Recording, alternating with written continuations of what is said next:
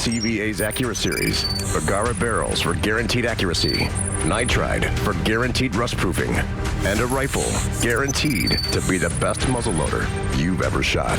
CVA, it's just a better gun.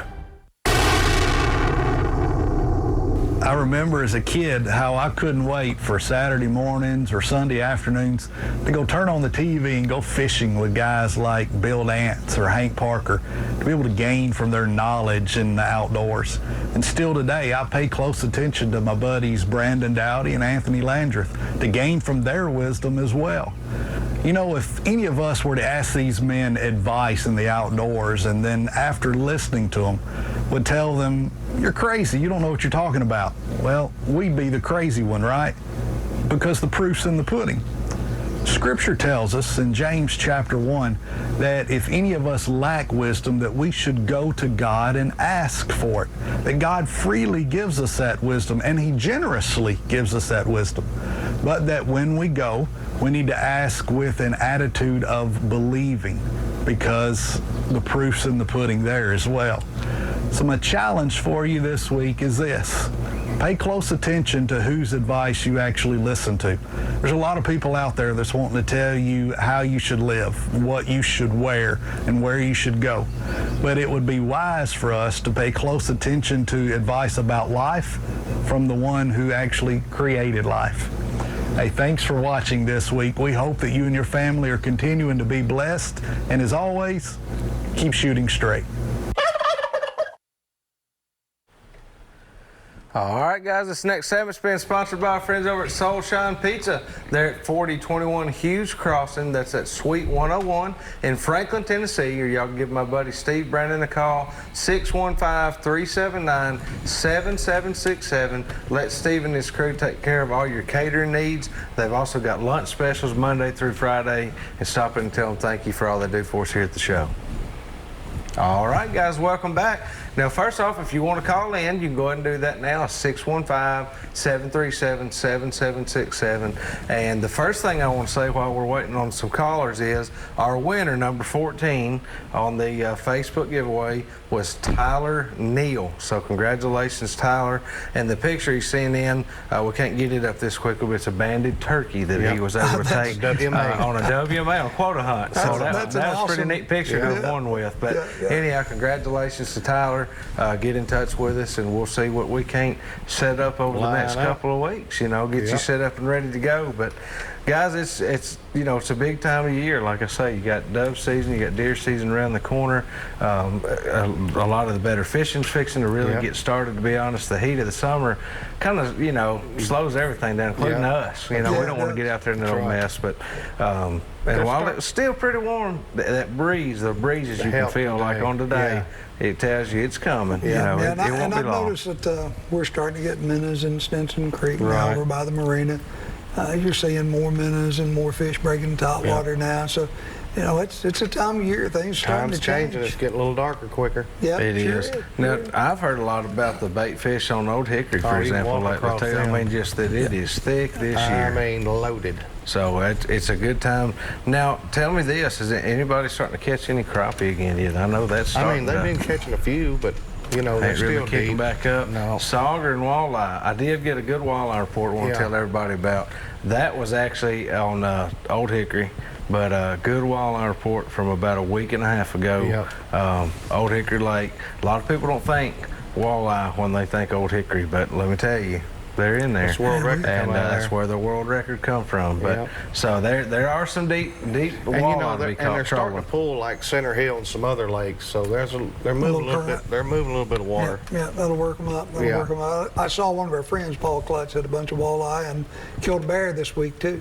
So he's up north, but they're catching fish up there. It's coming. It's coming on down this way. It won't be long. Well, when do you guys get kicked off deer hunting in Alabama, Mike? We'll get kicked off early in October, and it runs till the end of February. Y'all, I mean, it goes. We have a forever season. If you kill a legal deer in Alabama, every legal deer that you can kill, not counting WMAs, you can kill 135 deer. One person. That's about what it is here. Yeah. Somewhere in that ballpark, Yeah, it is. unless you're over there in Unit L, where everybody thinks we kill 3 does a day, which I'm not. As Just long can't as that's believe been y'all do around, that I've not over there, seen right? that yet. Oh, man, I don't want to fool with 3 deer in one day. I wouldn't want to do it. We got a couple coming in here. Chris, how are you doing tonight? I'm doing really good. I got a question on like Cumberland River and Tennessee River. Which is better on the hair jigs or colored silicone jigs for bass fishing? All right. I know your answer, but go ahead. We both looked at Dayton. Well, go ahead. A natural hair is going to have a little bit better movement versus rubber skirts or any type of silicone or artificial. And it carries a slight odor. You don't want to put fish scent directly on a hair jig. Now, you can fish scent a rubber skirted jig all you want. But like if your hair jig's got like a trailer on it, say it's salt, you don't want to leave it on there. That trailer will rust that hair fly hook and to get the hair bad shape on it. But I mean, it's just whatever you use. A hair fly is going to be more. I think they're more realistic. In Yeah, my they're more opinion, I realistic. think a hair, and Bobby Gentry would agree with that. Right. I know right now if he was sitting here with us. But I mean, a hair fly's probably caught And as many more Chris bass than Snow's anything on the got water. I can't think of what it's called. It's a great bait. Now he makes a lot of good silicone baits and both, but those are you're probably They thinking work of the too, snow. but I mean, for more realistic action, I've got to say a hair fly. Yeah, if you want something that looks more natural, the hair fly. Absolutely, and a natural color.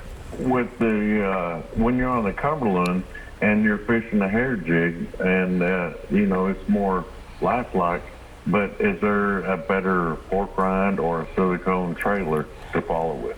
Well, in the old days, we used to take the old pork rinds and shave them down and make them smaller. But you would use something like a teeny pocket crawl on the back of that, a lot smaller. Or cut one off. Or cut sometimes one I'll just off. cut them. Yeah, I'll cut take it off. scissors and cut it off and make it smaller. Zoom used to make some what they called twin tail chunks. They were very, very skinny, but like 2 inches long, and they worked so well. It's hard to find them, about impossible, but just the smallest chunk you can get away with, but still have some action and a little bit of at least 1.5 or 2 inch length on it. Yeah. Yeah. I And, take creature crawls and cut their 1/2 inch off creature crawls. Yeah, something like yeah, that's something fine. like that. It's just when you do that, if that big part of rubber is exposed under that hair, it won't fall right or as fast. That's why you get something a lot smaller and give it a more natural fall than something That is big. fantastic. I might have tried that this weekend. And like if usually a hair fly, you're throwing it on 6 or 8 pound test line unless you got something like the hammerhead jigs make the bigger dog flies. You'll go up line size, but 90% of the time, if it's not a lightweight we use head, on 8 pound with it. yeah, if it's not if it's a like a, just say a rubber skirt or plastic, you'll want a little bit bigger line. It's hard to bust a hook through a fish's lip with 6 pound test line on plastic that's not an exposed hook. Yeah. That's where. I'm bad. I never fished with less than 12. Right. Well, you might need to go downsize because Go when down like an when 8? you're in that river down there, that jig falls a lot faster on 6 than it does 12. So when you're fishing some of those eddies and it's not getting down there, that's why you downsize that line. True enough. I thank you all, boys, and I appreciate y'all. I'll enjoy your show. Absolutely. Thanks for Absolutely. watching. Thank you for calling. Yeah, that makes a big difference. Yeah. That drop rate. We used to use the, you remember the old Uncle Josh that was a spinnerbait trailer that was just real thin? We used to use that and cut it off. Right. And it gave you a little slower fall. Now, I've on come some out, things. take them small brush hogs, those junior brush hogs. Yeah. Man, I've got it to where I can cut those wings off and just use those twin tails on on my smaller jigs. It's more streamlined, And man, I basically. mean, and it's really moving. The point is streamlined, Yeah. because if it's too big of a chunk, the back end just drops Just out. drops, I mean, it just drops out and it don't look natural. Right. So that's a great question and good answer too, and I believe you'll really help him out with that. But smaller does seem to be better with that. Do you put any action on your jig when it's falling? Something Well, like not that? really, because I mean, once you On a flip, hair jig, a hair jig, yeah. When you pick it up off the bottom at first time, I'll give it You'll just a little push. double pump, Yeah. and then a lot of times I'll hop it once. But you know what I'm saying? If he's got it, he'll either swim with it or you'll feel him just thump it. It'll be You like stand on thump. your left foot with Yeah. one eye closed. Like that, it's at the hook. Yeah.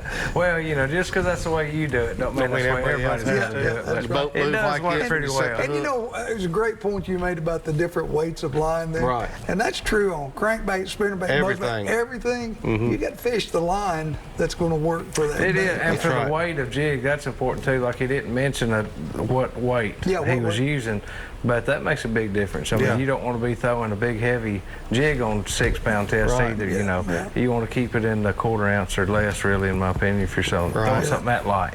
But I Especially like a moving slower water like fall. in the river. Yeah, Yeah. I like to find whatever that flow is that day in the river. The bait I can throw the lightest and still get it to drop down. You know, Yeah.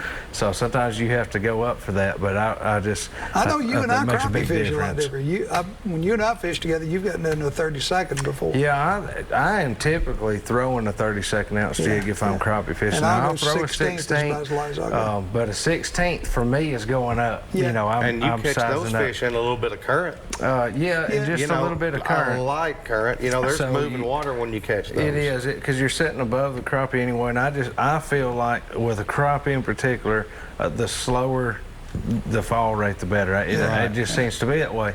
I mean, it may not be when they're just wide open, you know, eating everything Sure. hits the water, but in general, I just have better luck with a 32nd, especially if we're fishing behind the float like Dayton and I do a lot.